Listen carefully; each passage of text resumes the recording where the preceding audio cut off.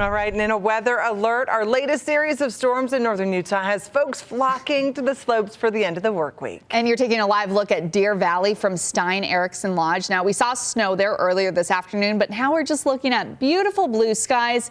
That said, our northern Utah resorts are due for another helping of powder in the coming days, which I know skiers and snowboarders are just pumped about. You can't get enough. Another day of powder. What good news. Skis are waxed. Storm Ready to set go? for the weekend. Courtney, I know you hear me on this. I'm ready to go. Let's do it. I feel like Sunday is going to be pretty good, and we're going to get some good accumulations, but a very active pattern, ladies. So I know everyone was kind of getting spring fever a little bit, but it's only February. So we got to settle down. Yeah, we don't need to talk about spring until about April, in my opinion. But hey, okay, we've got to look at what's going on, because it wasn't just snow up in the mountains. This was snow in St. George. Thank you to Gerard for sending it our way, accumulating on the grassy areas. So we didn't have any stick at the airport, but as you can see, it happened. They lived it.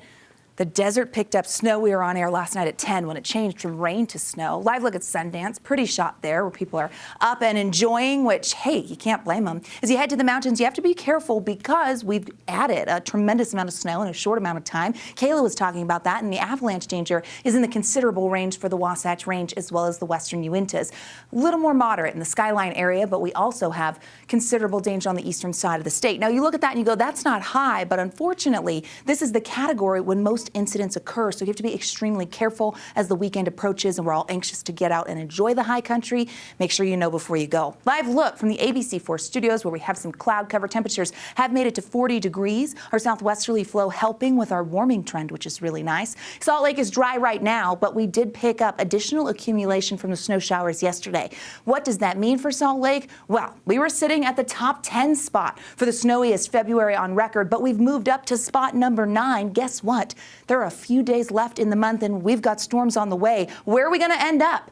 That's a great question, but I do think number 8, we're coming for you. And we're coming for you by the end of this weekend, because you can see as you look towards California, we've been talking about that massive storm impacting the coast. We're going to drag that moisture inland and deal with it as we roll through late Saturday and into Sunday. Right now, high pressure and control are wanting to at least set up to give us a little bit of a break. Our southwesterly flow drying out a little bit. Okay, this storm system is already prompting a new winter weather advisory. It goes into effect at 8 p.m. on Saturday, because that's when that moisture is on the move. You're going to notice it starts to move into the southwest corner of the state. Now, the rest of Utah will see a quieter day on Saturday, but we know this is going to hold until 5 p.m. on Sunday, and we're looking at accumulating snow in our valleys and mountains. As we look ahead into tonight, pretty quiet conditions. There is a chance in southern Utah, even for tonight, that we get a little bit of activity, so showers not out of the question. Overnight, we have a chance holding steady just near Iron and Washington County. It is going to be chilly again, but all in all, really not bad. Decent start till tomorrow. Some sunshine. It's going to be nice in the north. The Wasatch Front will be a little quiet, but look at that moisture approaching from the southwest.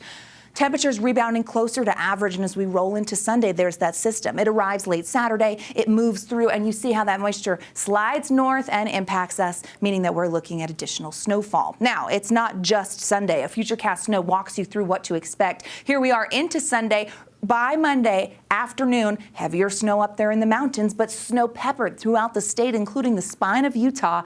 We just keep adding to that as we roll into Tuesday and Wednesday, because that's where we look like we have another stronger system that will develop and deliver a winter wallop. 30s and 40s for tomorrow, close to average for those daytime highs. 50s in Moab, upper 50s in St. George. Snow this morning on the grassy areas, close to 60 for tomorrow. Taking a check on the next 7 in St. George. Active conditions hold on. Precipitation type in Washington County is going to be right there on the line, so you could see mixed precip times, straight rain other times. The winds will be whipping. A Tuesday-Wednesday system looks like it has some staying power.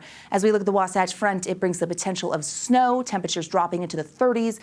An organized front comes through. We also see that for Sunday, though, as the front starts in the south, moves north, and we get snow potential for the latter half of our weekend. To stay on top of this developing storm, download the ABC4 Weather app.